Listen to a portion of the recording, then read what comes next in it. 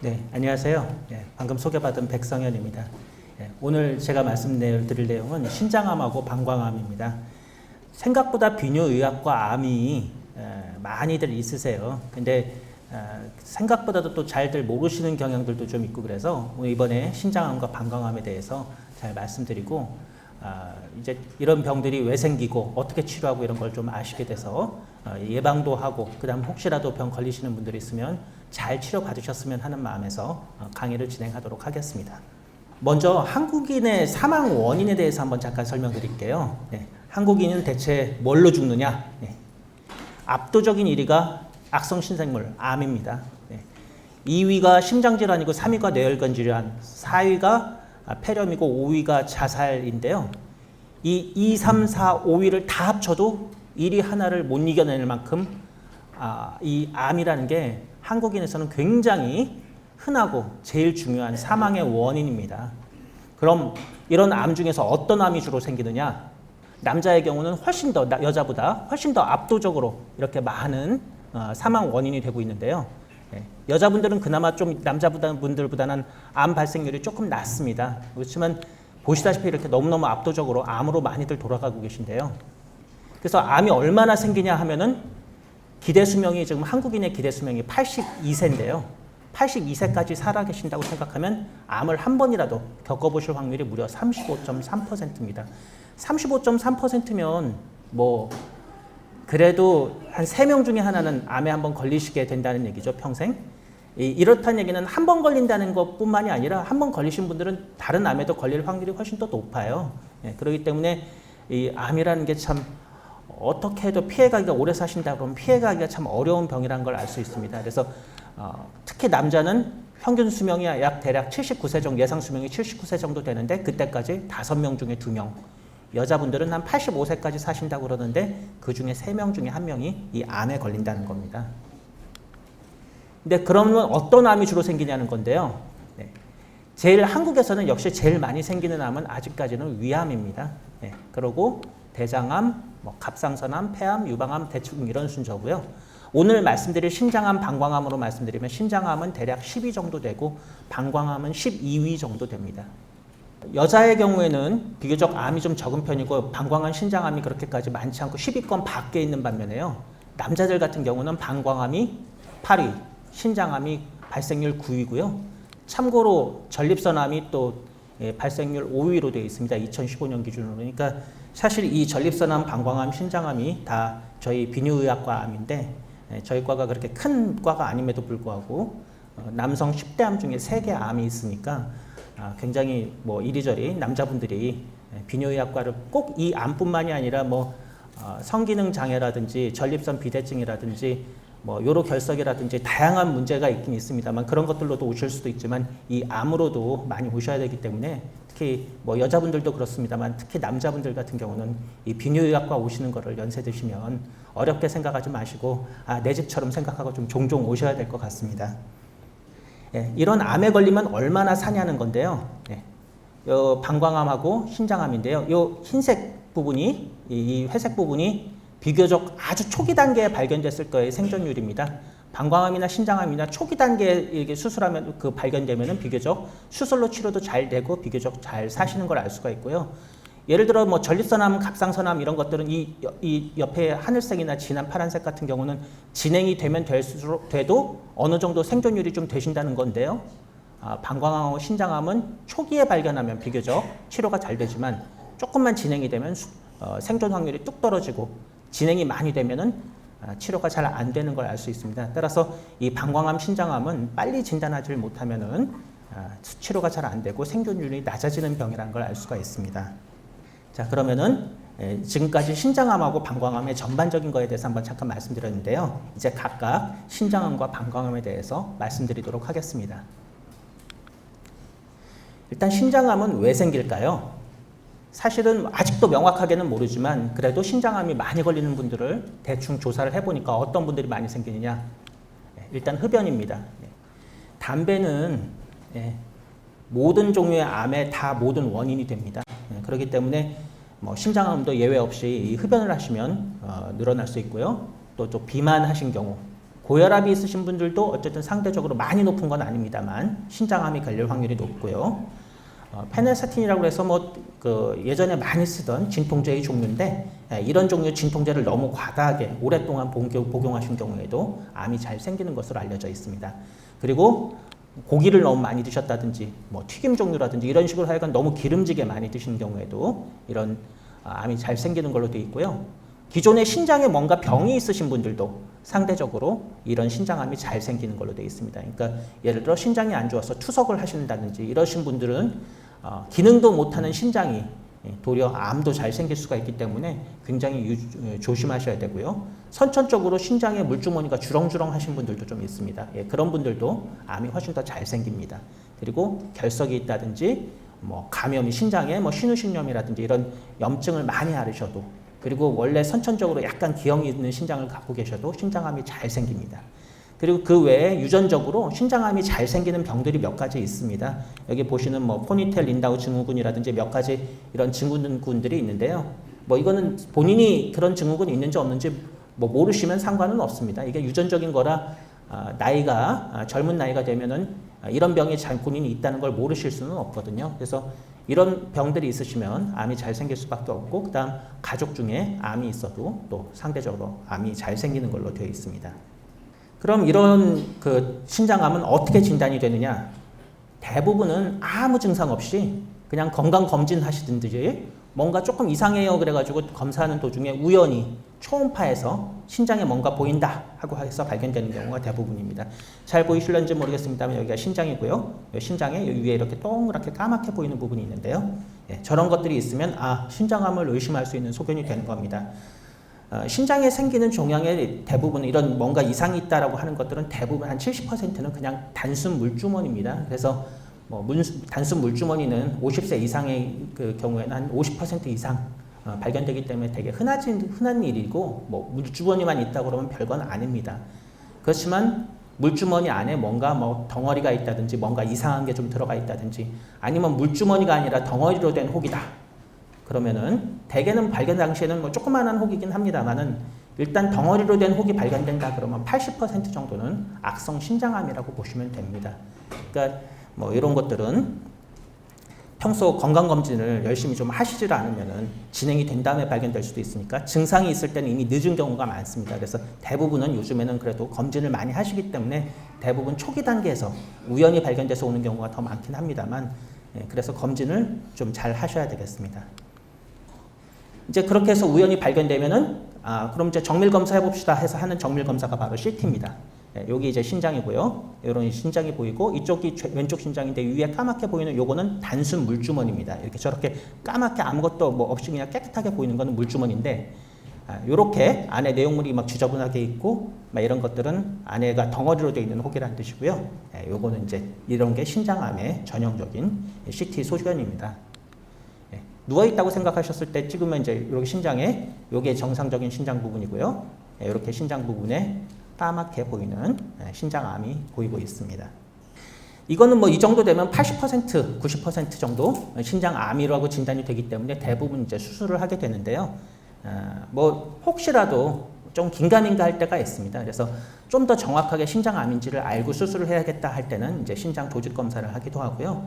예전에는 이 조직 검사를 정확하게 하기가 힘들어서 잘 안 하기도 했습니다만 요즘은 이 조직 검사도 또 여러 가지 좋은 기술들이 있고 그다음 정확하게 하는 방법들이 개발이 돼서 비교적 잘 됩니다. 그래서 좀 명확하지 않을 때, 좀 암인지 아닌지 잘 모를 때 이럴 때는 이 조직 검사를 하기도 합니다. 이렇게 해서 진단된 신장암은 어떻게 치료하느냐? 한마디로 말씀드려 수술하는 수밖에 없습니다.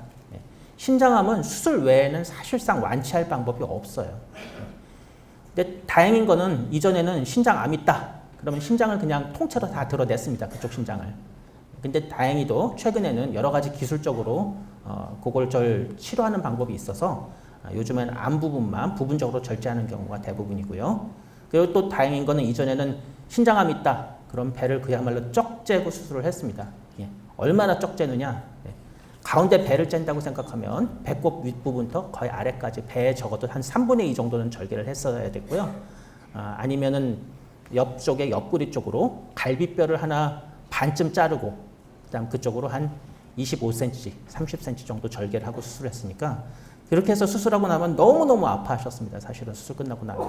근데 다행히 요즘에는 그거를 그렇게까지 안 째고 복강경이라고 해가지고 뭐 일부 구멍 몇 개만 좀 작게 뚫어서 그쪽을 통해 가지고 제거하는 방법이 있고요. 더 최근에는 이제 로봇 수술기가 들어와서 방금 이제 앞에서 수술하는 거 잠깐 동영상 로봇 수술기 동영상 보셨겠습니다만은 요걸로 부분 절제를 하는데요. 사실 뭐 밥을 먹는데 숟가락으로 먹으면 어떻고 젓가락으로 먹으면 어떻고 포크로 먹으면 어떻겠습니까? 뭐 어떻게든 먹기만 하면 되는 거긴 한데요.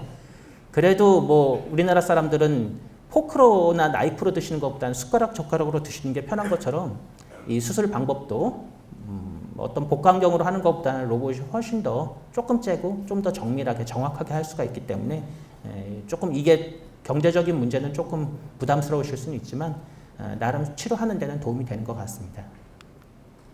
이게 이제 다빈치 로봇 수술기 앞에서 보셨던 건데요. 여기서 이제 제가 이게 화면을 보면서 조정을 하면은 이 로봇 팔이 이렇게 수술을 하게 됩니다. 이 로봇 팔 들어가는 구멍이 8mm 정도 됩니다.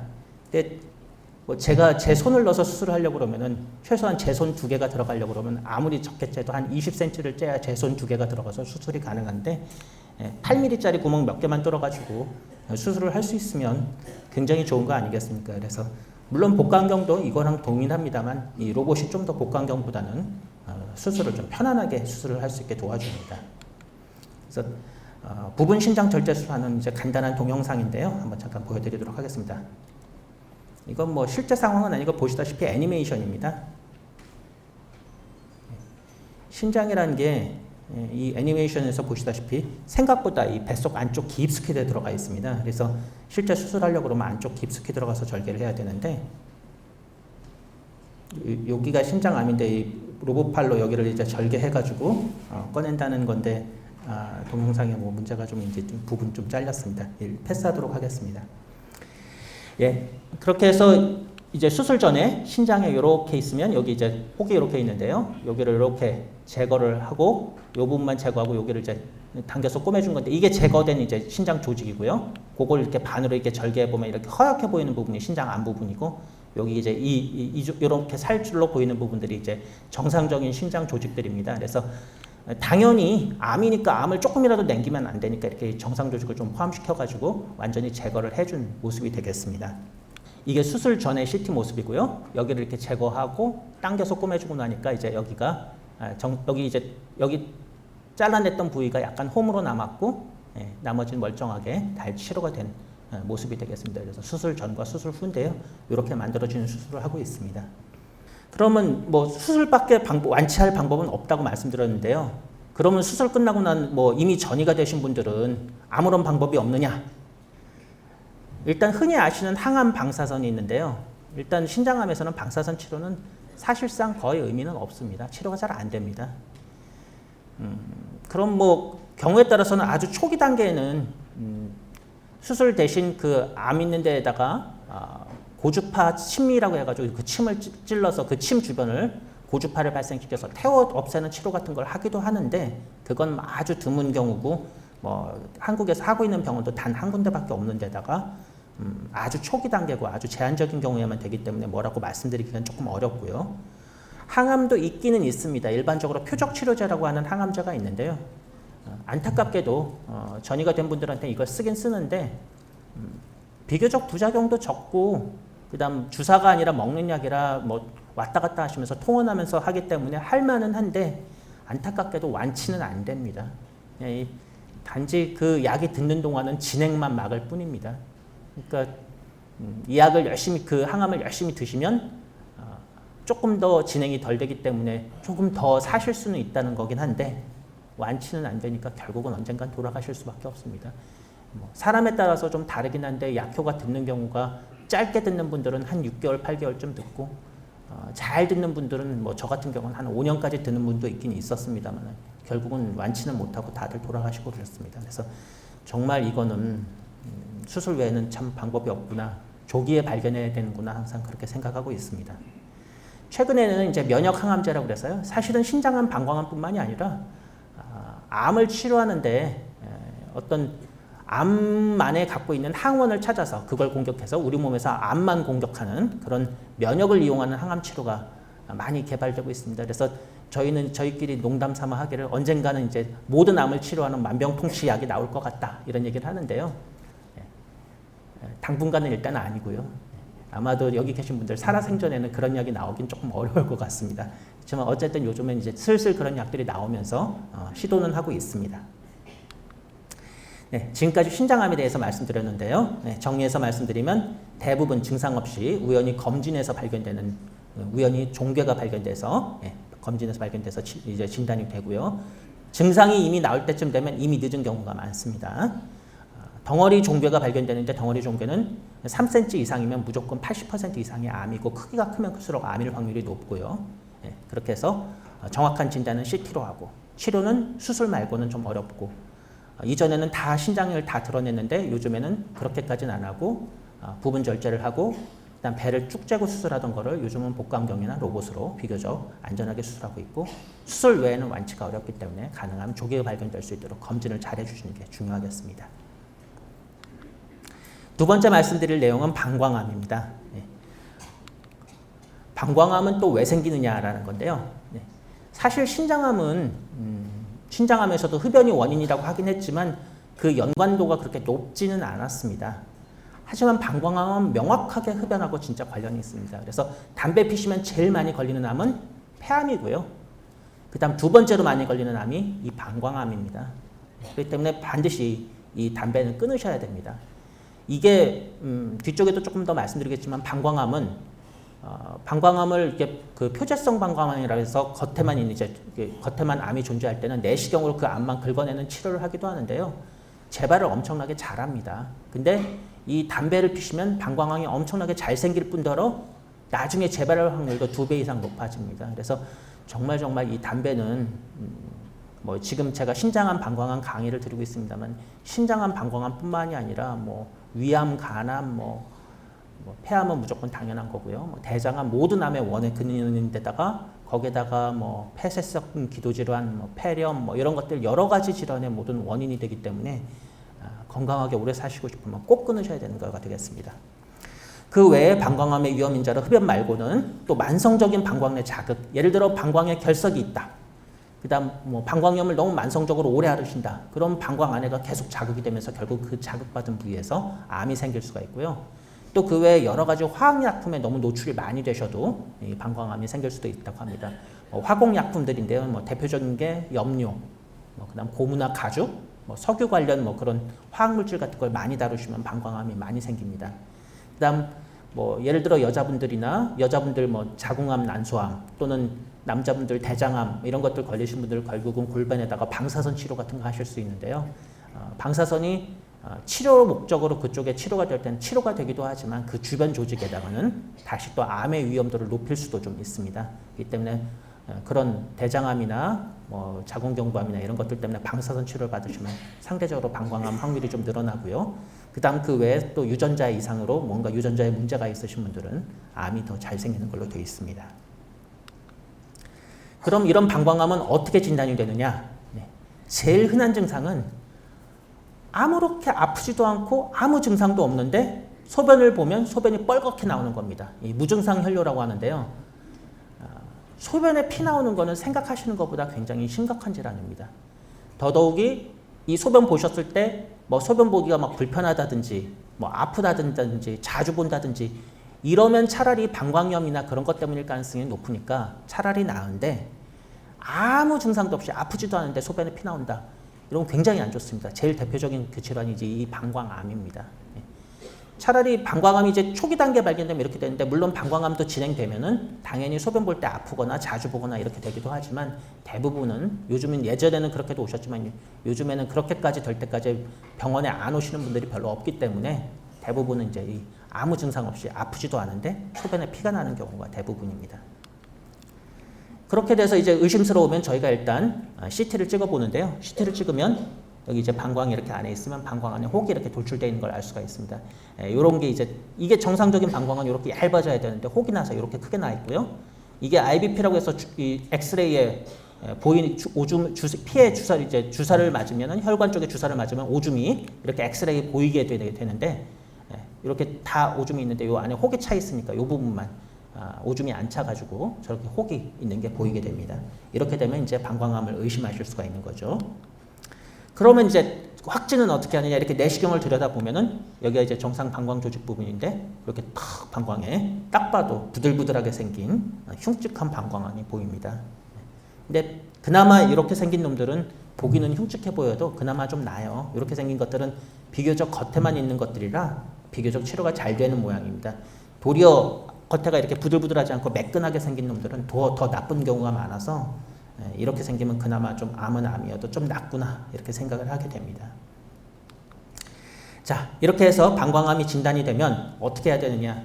물론 당연히 일단 암은 수술을 해야 됩니다. 암을 치료하는 방법은 뭐 여러 가지 방법들이 있죠. 뭐 수술도 있고 항암도 있고 방사선도 있고 하지만 뭐 항암에 잘 드는 암도 있고 방사선에 잘 드는 암도 있습니다. 그렇지만 대부분의 암이 일단 원칙적으로는 수술을 해서 치료를 해야 됩니다. 방광암도 마찬가지입니다. 근데 다행히 방광암은 대부분은 표재성입니다. 표재성이라는 게 뭐냐면 방광 안에 겉에만 있다는 겁니다. 그렇기 때문에 그것만 똑 떼내면 똑 떨어져서 그 암이 치료가 되는 경우도 많다는 겁니다. 그렇게 되다 보니까 뭐 개인적으로 암보험 들어 있으신 분들 암보험에서 그렇게 똑 떼기만 하면 떨어져서 치료가 되는 경우에는 암으로 인정을 안 해주기도 하셔가지고 이것 때문에 뭐 암인데 왜 암보험에서 암을 커버를 안 해주냐 그러면서 재판도 많이 걸리고 여러 가지 항의도 좀 많이 하시는데요. 그래도 다행인 거는 뭐 암보험에서 암으로 인정도 안 해주실 정도면 심각한 질환은 아니라는 얘기겠죠. 그래서 이렇게 표재성으로 되는 경우에는 비교적 뭐 치료도 잘 됩니다. 내시경으로 암 부분만 절제하는 거고요. 근데 문제는 이렇게 절제된 암 부분 했어도 그걸로 완치가 되면 참 고마운데 완치가 잘 안 되고 한 70% 정도는 또 생긴다는 겁니다. 그러면 또 내시경으로 긁어내고 이렇게 해야 됩니다. 그래서 제 환자 중에서 많이 받으신 분은 20년간 무려 저한테 이 암만 제거하는 수, 그 암만 내시경으로 잘라내는 수술을 30번 받으신 분이 있습니다. 무슨 종류의 암이 대체 30번 재발했는데 살아있는 암이 어디 있겠습니까?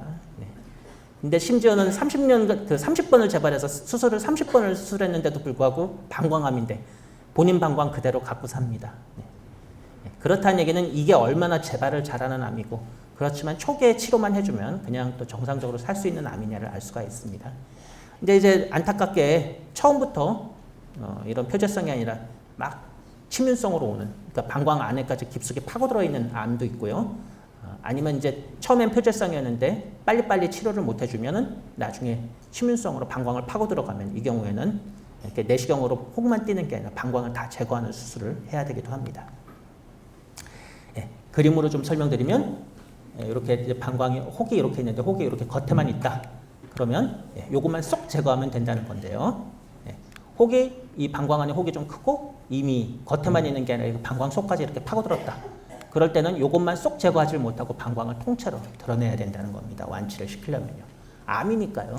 암이라는 건 조금이라도 남기면 안 되는 거니까요. 그래서 이렇게 치료를 하고 있습니다. 이게 이제 그 간단한 모식도인데 방광이 있고 이렇게 혹이 있다. 그럼 이제 앞에 이렇게 동그랗게 생긴 그런 그걸로 여기 방광혹을 이렇게 잘라내는 겁니다. 네. 이게 지금 방광에 보이는 혹이 이렇게 보이고 있고요. 이게 암입니다. 네. 네, 이게 이제 요걸로 이렇게 생긴 칼날이 있는데요. 요거 혹을 이렇게 잘라버립니다. 이렇게 수술을 한다는 거가 되겠습니다. 저렇게 겉에만 있으면 저런 식으로 잘라내도 분명히 암이 치료가 되는데요. 뭐 안타깝게도 저렇게 잘라서 뭐 다 암을 잘라낼 수 없을 만큼 안에 깊이 파고 들어왔을 경우는 어쩔 수 없습니다. 다 드러내야죠. 그래서 방광을 전체를 전립선까지 포함해서 방광 전체를 이렇게 잘라내버리고 옆에서 보시면 이제 방광과 전립선을 다 잘라내버린다는 겁니다. 그러면은 방광을 다 드러내버리면 오줌은 어디로 나와요? 하고 많이들 물어보시는데요. 제일 많이 쓰는 방법은 이 회장도관이라고 하는 방법입니다. 돌창자 도관술이라고도 하는데 여기 이렇게 소장이 있는데 소장의 일부를 잘라요. 잘라서 잘라낸 부분을 이 요관을 연결해서 이 밖으로 뽑아냅니다. 그래서 이제 밖으로 이 장의 일부가 이렇게 나오게 되고요. 그 장 부분에다가 소변 나오는 줄을 연결해서 이 소변이 이쪽으로 나오게 하고 겉으로 이런 소변 주머니를 차고 사시는 수술을 하는 겁니다. 요게 제일 많이 하는 방법입니다. 평생 소변 주머니를 좀 차고 사셔야 되는 문제가 좀 있긴 있는데 그래도 이제 수술하기도 비교적 간단하고 나중에 문제도 좀 덜 생기는 방법이라 지금 제일 많이 쓰고 있는 방법은 이 방법입니다. 근데 뭐 나는 도대체 평생을 이렇게 소변 주머니 같은 거 차고는 못 살겠다. 그렇게 하시는 분들도 있습니다. 그리고 비교적 젊으신 분이고 그다음 뭐 어느 정도 본인이 관리하실 능력이 있다라고 생각이 되면은 조금 다른 방법을 쓰기도 합니다. 그게 인공방광 수술입니다. 뭐 인공방광이라고 그러니까 뭐 대단히 거창해 보이지만 아까랑 똑같습니다. 소장을 잘라서 쓰는데 소장을 아까보다는 훨씬 많이 잘라낸 다음에 소장을 이리저리 뭐 U자 모양으로 만들어 꼬맨 다음에 또 다시 뒤집어서 꼬매고 그래가지고 한마디로 말씀드리면 소장을 잘라서 야구공처럼 동그랗게 만들어주는 겁니다. 그렇게 해가지고 이전에 방광 모양처럼 만들어서 요관을 연결하고 이게 요도에 연결해 주는 건데요. 이렇게 하면은 겉으로 볼 때 소변 주머니가 필요가 없죠. 왜냐하면 내 뱃속에 장을 잘라서 공 모양으로 만들어서 소변 주머니를 만들었으니까요. 근데 이제 이 방법의 문제는 당연히 내 방광이 아니고 원래 방광이 아니라 소장이지 않습니까? 소장을 동그랗게 공처럼 만든 거기 때문에 소변이 저장은 돼도 내가 소변 봐야겠다 할 때 이 소장이 움직일 리가 없지 않습니까? 그래서 어쩔 수 없이 소변 보실 때는 내 마음대로 수축이 안 되니까 아랫배를 막 꾹꾹 눌러가면서 소변을 보시는 수밖에 없어요. 근데 그렇게 해서 잘 나오면 다행인데 잘 안 나오는 경우도 많고 그러면 어쩔 수 없이 소변줄에 관을 넣어서 뽑아내거나 이렇게 해야 되는 경우도 있어서 이거는 좀 어느 정도 기력이 좀 있으시고 관리를 여차하면 본인이 소변줄을 뽑는다든지 이런 걸 하실 수 있는 분들이 하셔야 되는 거라 이게 경우가 좀 모든 경우에 할 수는 없고 좀 제한된 경우에 할 수가 있습니다. 네. 수술하는 방법, 이렇게 내시경으로 부분 잘라내거나 신장 이 방광을 모두 드러낸다든지 이런 수술 이외의 치료 방법은 또 뭐가 있느냐? 아까도 말씀드렸다시피 무려 재발률이 70%가 됩니다. 내시경으로 잘라내도. 그럼 그 재발률을 낮추기 위해서 BCG라고 해서 뭐 아시다시피 이 어린애들 결핵 걸리지 말라고 이렇게 백신 놔주는 겁니다. 일종의 약하게 만드는 결핵균인데 이걸 방광 내에 주입을 해주면 이 결핵균을 잡으려고 내 몸에서 면역이 올라오고 그 면역이 결핵균만 잡는 게 아니라 덩달아 암세포도 같이 잡는 방식을 이용해가지고 재발률을 낮추는 치료법이 있습니다. 뭐 쉽게 생각하시면 잡초가 계속 나는 거를 잡초가 안 나게 하기 위해서 일단 보이는 잡초는 다 뽑고 제초제를 한번 쫙 뿌려주는 거다 이렇게 생각하시면 되겠습니다. 실제로 이 BCG 말고 항암제를 방광에다가 또 넣어주고서 이게 그렇게 치료하는 방법도 있습니다. 그래서 이런 방법들로 치료하고요. 그다음 그걸로도 치료가 다 안 되는 경우에는 항암 치료를 합니다. 다행히도 신장암과 달리 이 방광암은 항암제가 그래도 비교적 잘 듣습니다. 참고로 항암제가 잘 듣는 암이 있고 잘 안 듣는 암이 있습니다. 뭐 앞에 말씀드렸던 신장암 또는 뭐 폐암 이런 것들은 항암제가 좀 잘 안 듣는 암 중에 하나고요. 그다음 항암제가 잘 듣는 암도 있습니다. 뭐 난소암, 고환암, 백혈병 소위 말하시는 이런 뭐 백혈병, 그다음 림프암 뭐 이런 것들은 항암제가 비교적 잘 듣습니다. 이 방광암은 한 중간 정도 됩니다. 그래서 뭐 경우에 따라서는 좀 듣는 분도 있고 좀 안 듣는 분도 있고 그런데 치료의 효과가 얼마 정도 있냐면 한 40에서 70%. 이 40에서 70%는 완치가 된다는 뜻이 아닙니다. 치료했을 때 조금이라도 크기가 줄어서 좀 한개 도움이 됐다라는 확률이 한 40에서 70% 정도 되고 완치될 확률은 요거보다 좀 많이 낮습니다. 그렇지만 어쨌든 항암 치료가 비교적 다른 뭐 암에 비해서는 그냥 그럭저럭 잘 되는 편입니다. 최근에는 앞에서도 말씀드린 것처럼 면역을 이용해 가지고 면역을 증강시켜서 암 부분만 공략하는 그런 치료도 도입돼서 많이 시도가 되고 있습니다. 네. 방광암을 이제 다시 한번 정리해드리면 제일 흔히 발생되는 증상은 아무 증상 없이 아프지도 않고 소변 보는데 불편하지도 않은데 소변이 빨갛게 보인다. 특히 나이 드신 분들 또 담배 많이 피신 분들은 이러면 암일 수도 있다 하고 좀 빨리 병원에 오셔야 되는 겁니다. 원인은 장기간 흡연하셨다든지 화학물질에 노출이 많이 되셨다든지 방광 내 뭔가 자극되게 결석이나 방광염을 너무 오래 앓으셨다든지 이러면 된다는 거고요. 진단은 CT와 방광경을 통해서 실적 혹을 확인해서 진단을 하게 되고 치료는 초기 단계 표재성 암의 경우에는 방광 내시경으로 들어가 그 부분만 톡 잘라내는 방식으로 치료를 하는데 단 재발은 한 70% 정도 되니까 그것도 진행이 많이 된 다음에 수술하면 또 문제가 될 수 있기 때문에 재발되지 않게 재발되더라도 빨리 초기에 치료할 수 있게 한 3개월마다 계속 내시경을 하면서 추적을 하게 됩니다. 그래서 사실은 제가 비뇨의학과 의사인데 제가 만약에 제가 많은 환자분들을 봤는데 저보고 나는 죽어도 저거는 못 걸리면 안 될 것 같다. 저거는 정말 안 걸리고 싶다 싶은 암 중에 하나가 이 방광암입니다. 비교적 치료는 잘 되는데 좋든 싫든 3개월마다 맨날 내시경을 하면서 추적을 해야 되는 거예요. 너무너무 고통스러워들 하시기 때문에 그걸 많이 봐서 그런지 만약에 제가 무슨 암 걸린다 안 걸린다 이렇게 고를 수는 없겠지만은 그래도 굳이 이거는 정말 제일 싫다는 암이 있다 그러면 이 방광암이 되겠습니다. 다행히 제가 담배를 안 피기 때문에 제가 일생에 잘했다 생각하는 것 중에 하나가 담배를 안 피는 거거든요. 혹시라도 담배 피시는 분들 있으면 지금이라도 얼른 끊으시는 게 좋을 것 같습니다. 이게 표재성 암은 그렇게 치료하는데 금침윤성 방광암은 죄송하지만 이제 내시경으로만 해도 다 제거가 안 되기 때문에 방광을 통째로 제거하고 그다음 소장을 조금 잘라서 밖으로 이게 소변 주머니를 차게 하는 회장도관 수술을 하거나 방광을 동그랗게 공처럼 만들어서 모양을 만들어서 안쪽에 소변을 저장할 수 있게 해주는 인공 방광 수술을 하셔야 되고요. 전이가 된 경우에는 항암 치료해야 되는데 반응은 한 40에서 70%. 그렇지만 실제로 완치는 요거보다는 훨씬 낫다라고 하시면 되겠습니다. 네, 이제 제가 강의를 좀 정리할까 하는데요. 지금 시대가 100세 시대라고 합니다. 앞에서 말씀드렸지만 한국인의 평균 기대 수명은 한 83세 정도 됩니다. 그러니까 굉장히 오래 사시는 거죠. 근데 문제는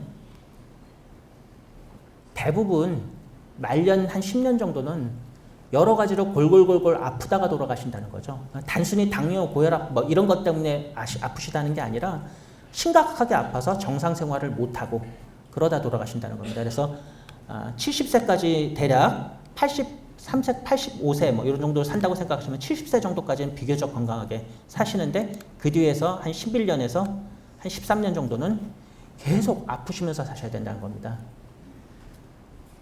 오래 사는 거 좋죠. 오래 사는 거 좋지만 안 아프고 건강하게 오래 살아야 좋죠. 예를 들어 치매에 걸려가지고 내가 난지 누군지도 모르고 그런 상태로 오래 산다는 게 그게 축복인가요? 잘못하면 어떤 측면에서는 저주라고 봐도 되지 않을까요? 신장암, 방광암도 마찬가지입니다. 이거 걸려가지고 계속 치료가 그나마 좀 잘 됐다 하더라도 3개월마다 내시경 추적해야 되죠. 방광암 같은 경우에는요. 그다음 또 재발하면 또 계속 수술하면서 봐야 되죠. 그나마 그건 좀 낫죠. 수술 다 그렇게 했는데도 결국 진행이 되면 소변 주머니 차시면서 사셔야 되죠. 그렇게라도 치료되면 또 그나마 낫죠. 네. 항암하고 이렇게 하시면서 사셔야 된다고 생각하면은 참 그렇게 해서 오래 사는 건 정말 축복이 아니라 저주죠. 네. 그렇게 생각해 보면은 건강하게 오래 살 수 있도록 좀 해야 될 것 같습니다. 네. 앞에서도 말씀드렸다시피 한국인의 사망 원인의 최대는 2, 3, 4, 5위를 다 합쳐도 암 하나를 이기지를 못하고 있습니다. 근데 어떤 암이든지 조기 진단만 되면 당연히 완치가 됩니다.